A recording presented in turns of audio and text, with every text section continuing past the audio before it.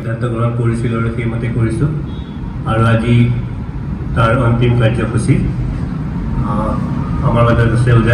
উদয়ন বিশ্বাস আমাৰ মাজত চিনাকি কৰি দিয়াৰ প্ৰয়োজন নাই সকলোৱে জানে আমি হাফ পেণ্ট পিন্ধি শিল্পীত আহিছিলোঁ তেতিয়াৰ পৰাই দেখি আছোঁ একেই আছে একেই হাঁহি একেই কথা একেই কাপোৰ মোটামুটি একেই আছে উদয়ন দা তেওঁৰ আজি বক্তৃতাৰ বিষয়টো হ'ল আমি এই মানে এই বক্তৃতাটো আপোনালোকে সেইদিনা কৈছোঁ জাতি যে আমি এটা গোটেই বছৰ ধৰি এটা বক্তৃতা চিৰিজ বক্তৃতামালা প্ৰত্যেকবাৰে এটাকৈ কৰিম বুলি ভাবিছিলোঁ আৰু এইটো সোণালী জয়ন্তী বৰ্ষ বক্তৃতামালাৰ প্ৰথম বক্তৃতা আৰু বিষয়টো হ'ল অসমৰ শিল্পকলা বোধোদয় পৰিৱেশ আৰু আত্মানুসন্ধান মই গুৱাহাটী আৰ্টিষ্ট গিল্ডৰ কাৰ্যকৰী সভাপতি মনোজদেৱক অনুৰোধ কৰিছোঁ উদয়ন দাক এখন চেলেং চাদৰে আদৰিবলৈ প্ৰণৱ দাসে হেল্প কৰিব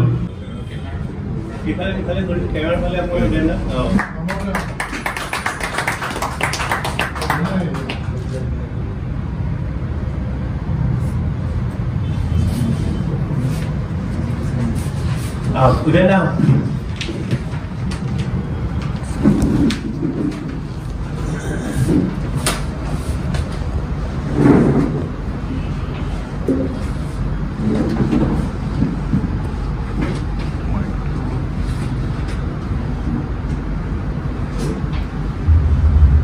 নমস্কাৰ উপস্থিত বৰেণ্য শিল্পীবৃন্দ মোৰ শিল্পী বন্ধু আৰু কলাপ্ৰেমীসকল গুৱাহাটী আৰ্টিষ্ট গিল্ডৰ সোণালী বৰ্ষৰ শুভাৰম্ভ গিল্ডৰ সকলো সদস্যলৈ জনাওক মোৰ হাৰ্দিক অভিনন্দন সেই 1976 চনৰ 11 জুলাই গিল্ডৰ শুভাৰম্ভ হৈছিল সেইবোৰ কথা মনত পৰি আছে বীৰেন্দ্ৰৰ লগত পাইছিলোঁ আশুদা ধ্ৰুৱ ডেকা ৰাজেন হাজৰিকা তপন বৰদলৈ শিক্ষকসকল যোগনশীল বীৰেন সিং ননী জ্ঞান আমিনুল বহুত নাম মনলৈ আহিছে প্ৰথম কলেজ নীলদা বা নীলপৱন বৰুৱা আছিল সাধাৰণ সম্পাদক হিচাপে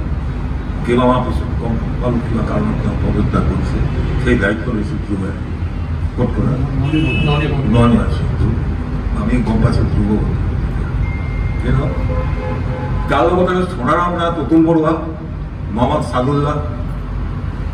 হৃদয় কমিটিত আছে এই আৰম্ভণিৰ পৰা আজি সোণালী জয়ন্তী বৰ্ষৰ শুভাৰম্ভত গিল্ডে ভৰি দিলে প্ৰতিষ্ঠাপক সদস্য বৰেণ্য ভাস্কৰ বীৰেন সিংহ আৰু নতুন প্ৰজন্মৰ শিল্পী নিখিলেশ্বৰ বৰুৱাৰ নেতৃত্ব প্ৰবীণ আৰু নবীনৰ এই যাত্ৰা শুভ হওক গিল্ডৰ সকলোৰে মোৰ অভিনন্দন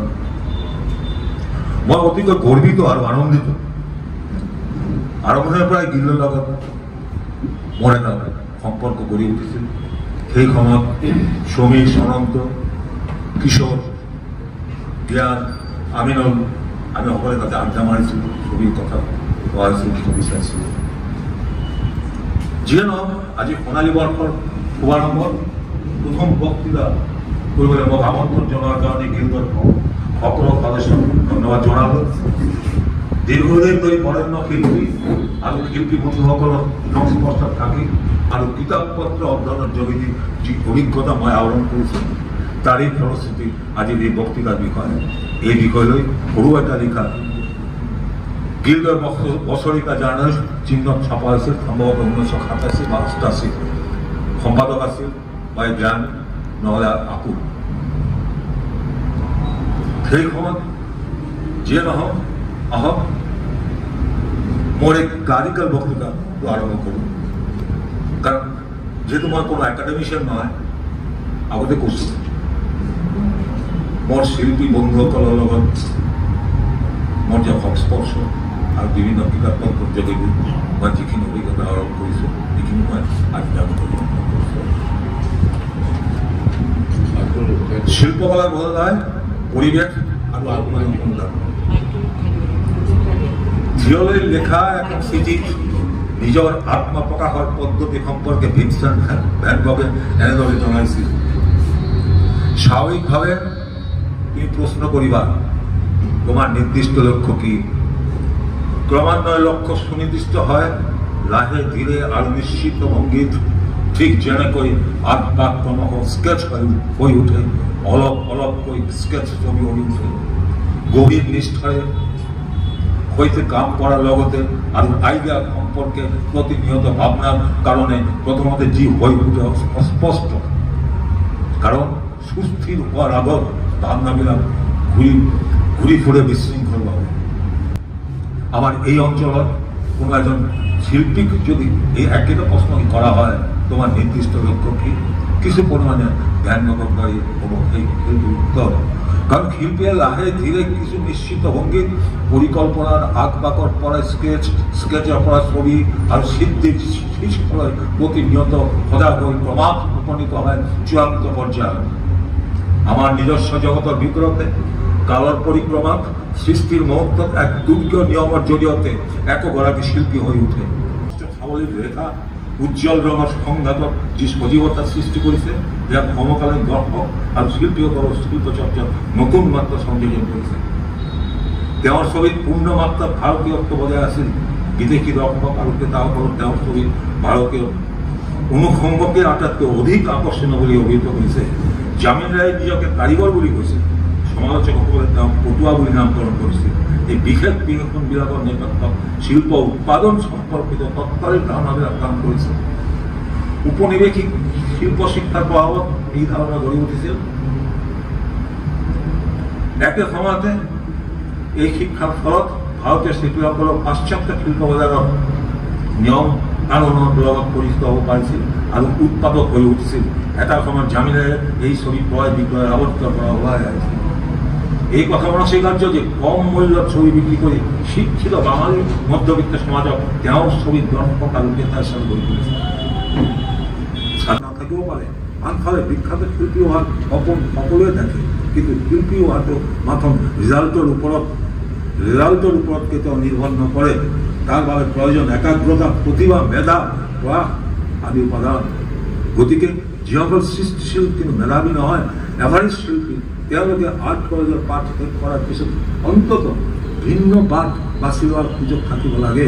যেনে কালচাৰেল হেৰিটেজ মেনেজমেণ্ট অৰ্থাৎ আৰ্কিঅলজি এণ্ড হেৰিটেজ মেনেজমেণ্ট বা conservation, reservation and heritage management ইত্যাদি ইত্যাদি।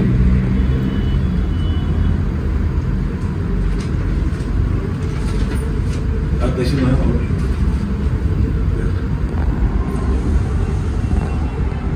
দৰাচলতে নতুন দিল্লীর গ্যালারি অফ মডার্ন আর্টর দলে একটা আর্ট কমপ্লেক্স এই অঞ্চল হওয়াটা খুবই জরুরি। তেনেহলে এই ধরনের সংগঠনের উদ্যোগত সমকালীন ভাবধারা শিল্পকলা আন্দোলন সম্পর্কে বা সময়ে সময়ে শিল্পী কবি সাহিত্যিকসকললৈ গ্যালারিত আলোচনা সভা, মত বিনিময় আদি কাৰ্যসূচীৰ আয়োজন কৰিব পাৰি। আনকি ছবি সংৰক্ষণৰ স্থায়ী ব্যৱস্থা হ'ব পাৰে। তদুপৰি বাহিৰৰ ভূমি শিল্পী আৰু শিল্প বিশেষজ্ঞসকলক এই অঞ্চললৈ আমন্ত্ৰণ কৰি কলামেলা, শিল্পকলাৰ প্ৰদৰ্শনী আৰু ৱাৰ্কশ্বপৰ আয়োজন কৰাটো এই ক্ষেত্ৰত অত্যন্ত প্ৰয়োজনীয়। বিদেশৰ বিদ্যালয়ৰ বাহিৰত শিল্প শিক্ষাৰ আন এটা চমকপ্ৰদ পৰিৱেশ হৈছে জাতীয় সংগ্ৰহালয় নিৰ্মাণ। শিক্ষাৰ্থী আৰু শিল্পৰসিকসকলে এই সংগ্ৰহালয়ত বহি মহান শিল্পীসকলৰ কাম কাজ অধ্যয়ন আৰু আলোচনা কৰাৰ সুযোগ পাব। সেই সমকালীন শিল্পকলা আৰু উন্নয়নৰ কাৰণে এটি পূৰ্ণাংগ সংগ্ৰহালয় নিৰ্মাণ কৰা অত্যন্ত জৰুৰী হৈ উঠিছে। তদুপৰি চৰকাৰী উদ্যোগত যিবিলাক প্ৰদৰ্শনী আয়োজন কৰা হ'ব, সেইবিলাক প্ৰদৰ্শনীৰ মান সম্পৰ্কে চিন্তা ভাৱনা কৰা উচিত। এখন প্ৰদৰ্শনীৰ আয়োজন কৰিবলৈ হ'লে যি ধৰণৰ মনন, ভাৱনা, মৌলিক দৃষ্টিভংগী আৰু অনুভূতি থকা উচিত, সেয়া উপলব্ধি কৰা বা জনাৰ প্ৰয়োজনীয়তাক অস্বীকাৰ কৰাটো কেতিয়াও উচিত নহয়। গতিকে এই ক্ষেত্ৰত গভীৰ চিন্তাপ্ৰসূত লক্ষ্য আৰু নিষ্ঠাৰে সৈতে প্ৰদৰ্শনী আয়োজন কৰিব লাগিব। মনত ৰাখিব লাগিব, তৰুণ শিল্পীসকলৰ মৌলিক প্ৰতিভা আৰু প্ৰতিবাদী সাহসিকতাৰ ওপৰত নিৰ্ভৰ কৰিয়ে সকলো দেশতে শিল্পকলাৰ ইতিহাসে বিৱৰ্তনৰ বাটত আগবাঢ়িছে। অৱশ্যে এই প্ৰতিভা আৰু সাহসিকতা দেশ কাল পূৰ্বসূৰীসকলৰ শিল্পকৃতিক সমকালীন ঘটনাৱলী আৰু সামাজিক পৰিৱেশৰ ওপৰতে নিৰ্ভৰ কৰে কাৰণ প্ৰতিটো বিৱৰ্তনৰ পিছত নতুন নতুন ধাৰণা আৰু মূল্যবোধ শিল্পকলাত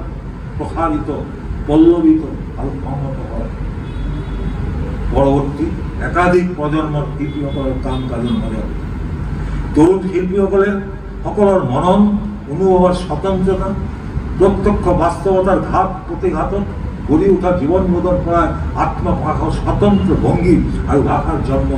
হ'ব কাৰণ তেওঁলোকৰ শিল্পকলাৰ ভংগী আৰু ভাষা নিজৰ ভাৱনা আৰু অভিজ্ঞতাৰে অনুগামী বৰ্তমানে সংকট মুহূৰ্তত শিল্পী আৰু শিল্প সংগঠকসকলে সিদ্ধান্ত লৈ অহা উচিত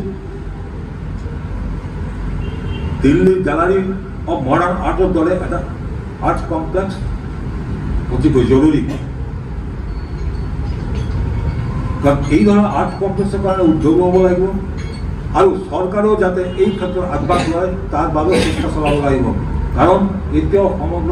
শিক্ষা বিষয়ক পৰিকল্পনা ৰাজ্য চৰকাৰৰ হাততে আছে ইয়াৰ বাহিৰে এই ক্ষেত্ৰত শিল্পকলা চৰ্চাৰ ঐতিহ্যবাহী সংগঠক গুৱাহাটী আৰ্টিষ্ট গিল্ড আৰু চাৰুকলা পৰিষদৰ ভূমিকাও গুৰুত্বপূৰ্ণ এই অঞ্চলত এনেধৰণৰ কমপ্লেক্স প্ৰতিষ্ঠা হ'লে শিল্পীসকলৰ কামৰ পৰিধি বৃদ্ধি পাব কাৰণ এই কমপ্লেক্সক কেন্দ্ৰ কৰি এদিন ইয়াতে গঢ়ি উঠিব ষ্টুডিঅ'ৰ পৰিৱেশ আঞ্চলিক প্ৰদৰ্শনী ৰাষ্ট্ৰীয় আৰু আন্তঃৰাষ্ট্ৰীয় প্ৰদৰ্শনী সমসাময়িক শিল্পী আৰু তেওঁলোকৰ কামৰ বিভিন্ন দিশ সম্পৰ্কে জনা পথ উন্মোচন হ'ব প্ৰকাশিত হ'ব শিল্পকলা বিষয়ক বিভিন্ন গ্ৰন্থ জাৰ্নেল আৰু বিভিন্ন শিল্পীসকলৰ চিত্ৰৰাজি সুদৃশ্য এলবাম ইত্যাদি কিন্তু এই ক্ষেত্ৰত ৰাজ্য চৰকাৰৰ এক গুৰুত্ব ভূমিকা আছে কাৰণ ভাষা সমস্যা আৰু প্ৰাদেশিক পৰিৱেশ অনুযায়ী আমাৰ ৰাজ্যখনক চৰিত্ৰ ভিন্ন আচলতে কাহিনীৰ পৰা দেখা গৈছে আৰু আগতে উল্লেখ কৰা হৈছে বিশ্বত যিমান শিল্পকলাৰ সৃষ্টি হৈছে সকলো সৃষ্টিৰ পৃষ্ঠপোষক আছে শাসক আৰু ধৰ্মানুষ্ঠানবিলাক তেওঁলোকে শিল্পকলাৰ সামাজিক প্ৰয়োজনীয়তা গভীৰভাৱে উপলব্ধি কৰিছিল এই ৰাজ্যতো ৰাজকীয় পৃষ্ঠপোষকতাত গঢ় লৈ উঠা চিত্ৰ ভাস্কৰ্য স্থাপত্য কলাই বৰ্তমান সময়লৈ সেই সময়ৰ কীৰ্তি জিলিকি আছে কিন্তু আজিৰ দিনত ৰাজ্যৰ শিল্পকলা চৰ্চাৰ ক্ষেত্ৰত চৰকাৰী অথবা বেচৰকাৰী পৃষ্ঠপোষকতাৰ অভাৱ প্ৰকট হৈ উঠিছে মন কৰিব লাগে যে বৰ্তমান সময়ত সাহিত্য নাটক নৃত্য সংগীত লোকশিল্প সমন্বয় সমাজ সংস্কাৰ আদিৰ ক্ষেত্ৰত চৰকাৰৰ বিভিন্ন পুৰস্কাৰ বা অনুদানৰ ব্যৱস্থা থাকিলেও চিত্ৰকলা ভাস্কৰ্য স্থাপত্যৰ ক্ষেত্ৰত তেনে উদাৰতা আমাৰ চকুত পৰা নাই অথচ সমগ্ৰ বিশ্বজুৰি শিল্পকলাৰ বৃদ্ধি পোৱা জনপ্ৰিয়তা আমি কেতিয়াও অস্বীকাৰ কৰিব নোৱাৰোঁ বৰ্তমান দেশত যি হাৰে ব্যক্তিগত মালিকানাধীন আৰ্ট গ্যালাৰীৰ সংখ্যা বৃদ্ধি পাইছে তাৰ দ্বাৰা এটা কথা প্ৰতীয়মান হয় যে এই গ্যালাৰীসমূহে শিল্পকলাক এক উদ্যোগলৈ ৰূপান্তৰিত কৰাৰ ক্ষেত্ৰত মুখ্য ভূমিকা পালন কৰিছে ফলত অসমৰ বাহিৰত শিল্পীসকলৰ লগত লাভান্বিত হৈছে শিল্প সংগঠক শিল্প সংগ্ৰাহক আৰু শিল্প সমালোচকসকল গতিকে এই ক্ষেত্ৰতো চৰকাৰৰ কৰিবলগীয়া বহুতো কাম আছে ব্যক্তিগত পৰ্যায়ত গ্যালাৰী স্থাপন কৰাৰ কাৰণে চৰকাৰে উদগনি দিব লাগে প্ৰয়োজনে ৰাজ সাহায্য আগবঢ়াব লাগে কাৰণ চিত্ৰ ভাস্কৰ্য আলোচনাৰ ক্ষেত্ৰত গ্যালাৰীৰ ভূমিকা আটাইতকৈ গুৰুত্বপূৰ্ণ শিল্পীসকলেও গ্যালাৰীৰ ওপৰত নিৰ্ভৰশীল মাত্ৰ অৰ্থনৈতিক কাৰণত নহয় যদি এগৰাকী শিল্পীক যেতিয়া জীৱিকা হিচাপে চিত্ৰকৰ বা ভাস্কৰ্যৰ কাম বাছি ল'বলগীয়া হয় তাৰ আংগিকৰ পৰীক্ষাও নিৰ্ভৰ কৰে আৰ্থ সামাজিক সাফল্যৰ ওপৰত বহুতো প্ৰতিভাৱান শিল্পীয়ে প্ৰদৰ্শনী আৰু ছবি বিক্ৰী কৰাৰ সুযোগ নাপায় হতাশাত ভুগিছে তেনে উদাহৰণ আছে গতিকে শিল্প সংস্কৃতি চৰ্চাৰ ক্ষেত্ৰত গ্যালাৰীৰ প্ৰয়োজনীয়তা আমি কেতিয়াও নুই কৰিব নোৱাৰি এদিন এই গ্যালাৰীবিলাকক কেন্দ্ৰ কৰি গঢ়ি উঠিব লাইভ মূৰ্তি নিৰ্মাণ কৰাৰ ষ্টুডিঅ' স্কেচিং ক্লাব আৰু চিত্ৰ ভাস্কৰ্যৰ আলোচনা আৰু চৰ্চাৰ এখন কেন্দ্ৰ উল্লেখ কৰা সকলো কাম কাজ বাস্তৱায়িত হ'লেই ৰাজ্যৰ আটাইবোৰ মানুহে এদিন শিল্প হৈ উঠিব বা চাৰিওফালে শিল্পকলাৰ সুবথা হ'ব এয়া নহয় অন্তত এই অঞ্চলত শিল্পপ্ৰেমী বা শিল্পস্থিত কৌশিকৰ সংখ্যা যে বৃদ্ধি পাব এই সম্পৰ্কে কোনো দ্বিমত নাই আনফালে স্বাধীনতাৰ পিছৰ পৰাই এই অঞ্চলত শিল্পকলাৰ কোনো আন্তঃগাঁথনি নথকাত এই অঞ্চলৰ শিল্পীসকলে নিজৰ প্ৰচেষ্টাত যেনেকৈ সৰ্বভাৰতীয় পৰ্যায়ত নিজক প্ৰতিষ্ঠা কৰিছে ইয়াক স্বাভাৱিকভাৱে ভাবিবলগীয়া অসমতে বহু শিল্পী আছে যিসকলে শিল্পী হিচাপে স্বীকৃতি পোৱাৰ পথ চিন্তাত প্ৰতিনিয়ত কামৰ মাজত নিমগ্ন হৈ আছে তেওঁলোকৰ পৰীক্ষা নিৰীক্ষাৰ মাজত সদায় এটা চিন্তা ক্ৰিয়া এয়া হ'ল আন ছবিতকৈ নিজকে স্বতন্ত্ৰভাৱে উপস্থাপন কৰা ছবি অঁকাৰ সকলো মৌলিক শৰ্ত বজাই ৰাখি বিচাৰি ফুৰাকৈ শিল্পীৰ এটা ডাঙৰ অন্বেষণ ইয়াৰ পৰাই আহে সামাজিক প্ৰেক্ষাপট দায়বদ্ধতা বিমূৰ্ততা তাৰ পৰাই উঠি অহা সমসাময়িক বাস্তৱতা প্ৰতিবাদ বিশেষ তাৎপৰ্যপূৰ্ণ ঘটনা। অৱনীন্দ্ৰনাথ ঠাকুৰে যেনেকৈ কৈছিল শিল্প বস্তু দুটা পক্ষ আছে, শিল্প অৰ্থাৎ তেওঁৰ কাম হ'ল শিল্প সৃষ্টি কৰা, আৰু আনপিনে শিল্প ৰসিকসকলৰ কাম হ'ল শিল্প বস্তু ৰস কৰা, অৰ্থাৎ শিল্পৰ সাৰ্থকতা তেতিয়াহে যেতিয়া শিল্প ৰস গ্ৰহণ কৰিব পাৰিব। সেইকাৰণে প্ৰয়োজন সাধাৰণ শিক্ষা ব্যৱস্থাৰ আমূল পৰিৱৰ্তন, কাৰণ এতিয়াও দৰ্শকসকলে সাধাৰণ চিন্তাধাৰা সম্পৰ্কে সচেতন হৈ উঠাৰ বাবে উপযুক্ত পৰিৱেশ পোৱা নাই। তৰুণ শিল্পীসকলকো চিত্ৰকলা সম্পৰ্কে অনুপ্ৰাণিত কৰিবলৈ হ'লে প্ৰয়োজন উপযুক্ত পৰিৱেশ আৰু উপযুক্ত পৰিকল্পনা। সাধাৰণ মানুহে যেতিয়া শিল্পকলাৰ প্ৰতি ৰসজ্ঞ হৈ উঠিব, তেতিয়াহে এক নতুন দিগন্ত উন্মোচন হ'ব। আজিৰ সমস্যা জৰ্জৰিত বিশ্বত মানুহৰ জীৱনৰ সমস্ত সংগ্ৰামক লৈ আগুৱাই যাবলৈ হ'লে প্ৰয়োজন আনন্দ, আৰু সেই আনন্দৰ গুপ্ত ভঁৰালৰ দুৱাৰ উন্মোচন কৰিবলৈ হ'লে ৰাইজক কলাপ্ৰেমী হিচাপে গঢ়ি তুলিব লাগিব। কাৰণ শিল্পীৰ সৃষ্টিকৰ্মৰ উদ্দেশ্য একমাত্ৰ নিজৰ বিশৃংখল পৰাই মুক্তি পোৱাই নহয়, অসংখ্য মানুহক আপোন ক্ষতজনিত বিচ্ছিন্নতাৰ পৰা মুক্তি দিয়া। ইয়াতে শিল্পীৰ সাৰ্থকতা, কাৰণ যুগে যুগে আনকি আজিও শিল্প মানৱীয়তাৰ শপথ। সেয়া হ'লে অদূৰ ভৱিষ্যতে আমাৰ সামাজিক আৰু সাংস্কৃতিক জীৱনত শিল্পকলা ব্যাপক আৰু গুৰুত্বপূৰ্ণ ভূমিকা ল'বলৈ সক্ষম হ'ব।